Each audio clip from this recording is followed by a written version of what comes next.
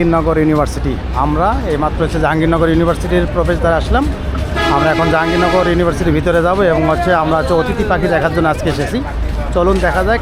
আমরা এই যে প্রধান গেট দিয়ে আমরা প্রবেশ করে কি দেখতে পাই আপনাকে দেখা। গেট দিয়ে প্রবেশ করে হাতের ডান দিকেই এসেছি। দেখেন এখানে সেন্ট্রাল মসজিদ।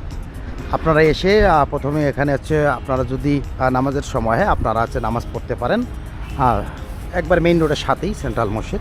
এখান থেকে একটু সামনে এগিয়ে যাব। সামনে আমরা দেখতে পারবো যে শহীদ মিনার আছে। বাংলাদেশের সবচেয়ে উঁচু শহীদ মিনারটা জাহাঙ্গীরনগর বিশ্ববিদ্যালয়ের ভিতরে অবস্থিত। চলুন একটু সামনে আগায় যাই এবং এই ফাঁকে আপনাদেরকে আমি একটু এই বিশ্ববিদ্যালয়ের ইতিহাস জানাই দিতে চাচ্ছি।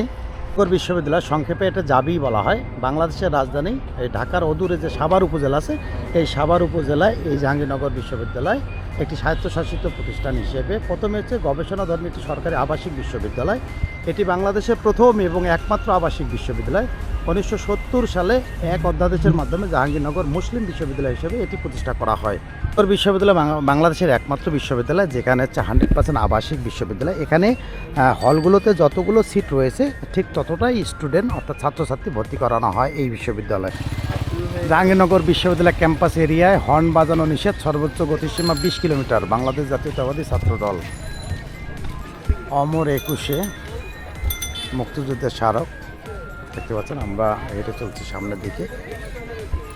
আসলে রাস্তার ধারে সুন্দর সুন্দর ফুলের গাছ রয়েছে। আমরা এগিয়ে যাচ্ছি শহীদ মিনারের উদ্দেশ্যে, বাংলাদেশের সবচেয়ে উঁচু শহীদ মিনার। শেষে আমরা বাংলাদেশের সর্বোচ্চ শহীদ মিনারে এসে গেলাম। এটি হচ্ছে বাংলাদেশের সর্বোচ্চ শহীদ মিনার। জাহাঙ্গীরনগর বিশ্ববিদ্যালয়ের মূল ফটক থেকে আপনি 2 থেকে 3 মিনিট হাঁটলেই আসতে পারবেন। এখানে রয়েছে এই যে ব্যাস হচ্ছে 52 ফুট এবং লম্বা যদি বলেন 71 ফুট উঁচু এবং এখানে 3টি স্তম্ভ রয়েছে এবং 8টি মোট সিঁড়ি রয়েছে। চলুন আমরা একটু সামনে থেকে দেখি আসলে বাংলাদেশের সর্বোচ্চ শহীদ মিনারটি কেমন দেখতে। যদি দেখেন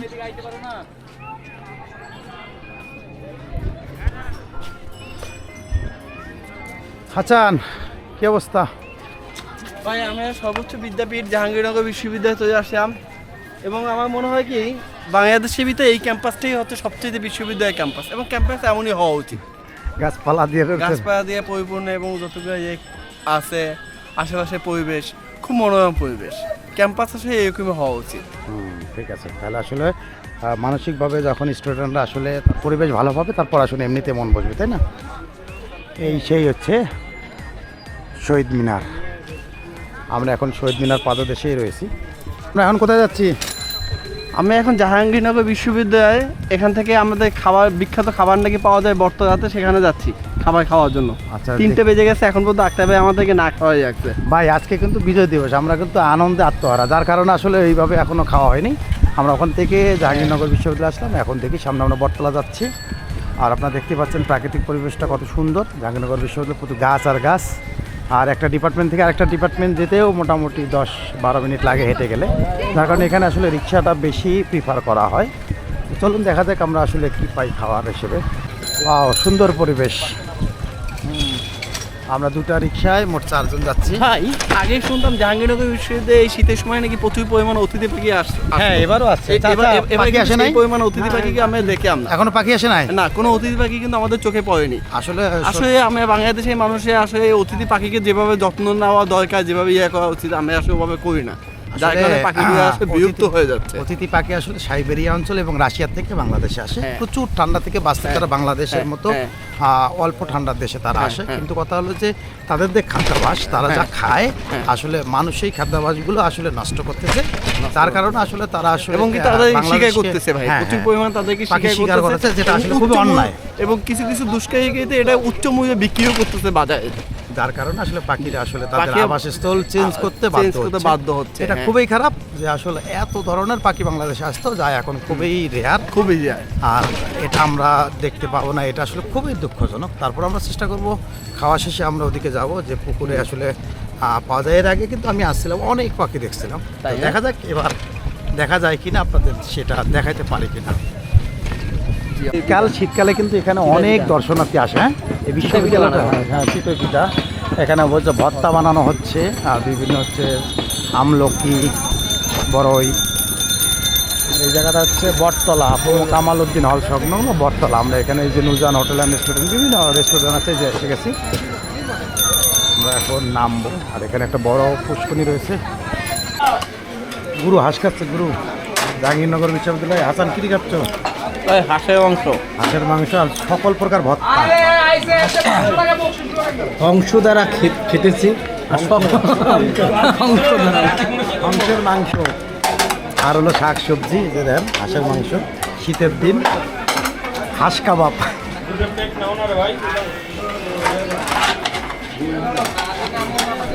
আচ্ছা নাচো নাও, হাঁসের মাংস দেখাও। হ্যাঁ সেরম কালার।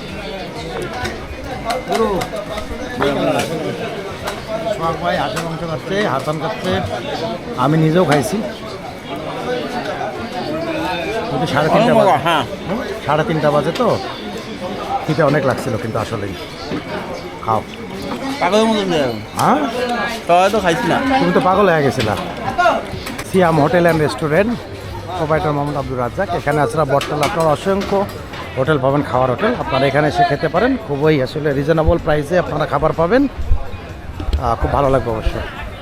আমরা অতিথি পাখি দেখার উদ্দেশ্যে জাহাঙ্গীরনগর ইউনিভার্সিটিতে আসছিলাম, কিন্তু দুঃখের বিষয় যে ডিসেম্বর মাসের 16 তারিখ হওয়া সত্ত্বেও এখানে অতিথি পাখি নাই। অতিথি পাখি আসলে দেখতে গেলে এ মাসের শেষে, অর্থাৎ হচ্ছে ডিসেম্বরের শেষে, না হলে জানুয়ারি মাসের প্রথম দিকে নাকি আসতে হবে। কিন্তু আসলে এটা ঠিক ছিল না। আমরা গত বছর থেকে শুরু করে প্রতি বছরই কিন্তু জাহাঙ্গীরনগর ইউনিভার্সিটিতে ডিসেম্বর মাসের প্রথমেই ভরপুর পাখি দেখা যেত, এবং হচ্ছে নভেম্বর মাসেও মাঝামাঝি পাখি দেখা যায়। অতিথি পাখি সাইবেরিয়া এবং রাশিয়া অঞ্চল থেকে এই পাখিগুলো বাংলাদেশে অতিথি পাখি হিসেবে আসে। কিন্তু বাংলাদেশের মানুষের আসলে পাখি ধরা বা পাখির যে বিচরণ ভূমি নষ্ট করে দেয় বা পাখির খাদ্যাভ্যাস নষ্ট করে দেওয়ার কারণে এই পাখিগুলো আর বাংলাদেশে তেমন আসে না, যেটা খুবই দুঃখজনক। আমাদের উচিত এই অতিথি পাখিগুলোর আসলে যত্ন নেওয়া, যাতে তারা আমাদের দেশে আসে এবং আবার আমরা সেই পাখিদের যে বাস্তু সংস্থান সেগুলো ঠিক মতো রাখতে পারি। এটা আমাদের সকলের উচিত। আসুন আমরা জাহাঙ্গীরনগর বিশ্ববিদ্যালয় সম্পর্কে সংক্ষিপ্ত ইতিহাস জেনে নেই। এটা 1970 সালে ঢাকার অধীনে সাভারে প্রতিষ্ঠিত হয় এবং একমাত্র আমরা জানি যে এটা হচ্ছে আবাসিক বিশ্ববিদ্যালয়। জাহাঙ্গীরনগর বিশ্ববিদ্যালয় মুঘল আমলে জাহাঙ্গীরনগরের সাথে মিল রেখে জাহাঙ্গীরনগর মুসলিম বিশ্ববিদ্যালয় হিসেবে প্রতিষ্ঠিত হয়। তবে 1973 সালে মুসলিম শব্দটি বাদ দিয়ে জাহাঙ্গীরনগর বিশ্ববিদ্যালয়ের নামকরণ করা হয়। বিশ্ববিদ্যালয়ের আয়তন হচ্ছে 697.56 একর, অর্থাৎ প্রায় 700 একর জমি। আপনারা বুঝতে পারছেন, একটি বিশ্ববিদ্যালয় 700 একর জমির উপর অবস্থিত, তাহলে আসলে এই বিশ্ববিদ্যালয়টা কত বড় হতে পারে। এবং এখানে বিশ্বের বিভিন্ন দেশের বহুভাষিক আসলে ভাষা শিক্ষাদান করা হয়। বিশ্ববিদ্যালয়ের আচার্য হচ্ছেন রাষ্ট্রপতি মোহাম্মদ শাহাবুদ্দিন এবং উপাচার্য হচ্ছেন মোহাম্মদ কামরুল আহসান।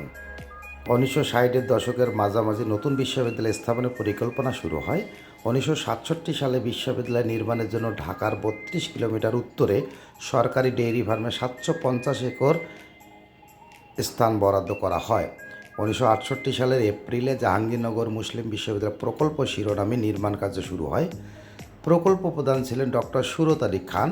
1970 সালের 20 আগস্ট পূর্ব পাকিস্তান সরকার এক অধ্যাদেশের মাধ্যমে জাহাঙ্গীরনগর মুসলিম বিশ্ববিদ্যালয় নামকরণ করেন। মূলত ঢাকা শহরের পূর্ব নাম জাহাঙ্গীরনগরের সাথে মিল রেখেই বিশ্ববিদ্যালয়ের নাম রাখা হয়। 1970 সালের সেপ্টেম্বরে প্রথম উপাচার্য হিসেবে বিশ্ববিদ্যালয়ে যোগ দেন অধ্যাপক ডক্টর মফিজ উদ্দিন আহমেদ। নভেম্বর মাসে ছাত্র ভর্তি শুরু হয়। বিশ্ববিদ্যালয়টি দেশের প্রথম এবং একমাত্র আবাসিক বিশ্ববিদ্যালয় হিসেবে প্রতিষ্ঠিত হয়। প্রথম শিক্ষাবর্ষে 5টি অনুষদ চালুর পরিকল্পনা ছিল। 1971 সালের 12 জানুয়ারি পূর্ব পাকিস্তানের গভর্নর ও বিশ্ববিদ্যালয়ের chancellor rear admiral SM. Ahsan আনুষ্ঠানিকভাবে বিশ্ববিদ্যালয় উদ্বোধন করেন। তার আগের সপ্তাহে 4 জানুয়ারি থেকে 1950 জন ছাত্রছাত্রী নিয়ে অর্থনীতি, ভূগোল, গণিত ও পরিসংখ্যান বিভাগের ক্লাস শুরু হয়। 1973 সালের 8 আগস্ট বিশ্ববিদ্যালয় পরিচালনার জন্য জাহাঙ্গীরনগর বিশ্ববিদ্যালয় অ্যাক্ট আইন করা হয়। অ্যাক্টের বাইলজ অনুযায়ী নাম সংক্ষিপ্ত করে জাহাঙ্গীরনগর বিশ্ববিদ্যালয় নামকরণ করা হয়। এর থেকেই এর নাম জাহাঙ্গীরনগর বিশ্ববিদ্যালয়। হাসান চলো বাসা চলে যাই। হ্যাঁ, নিয়ে চলে যাই।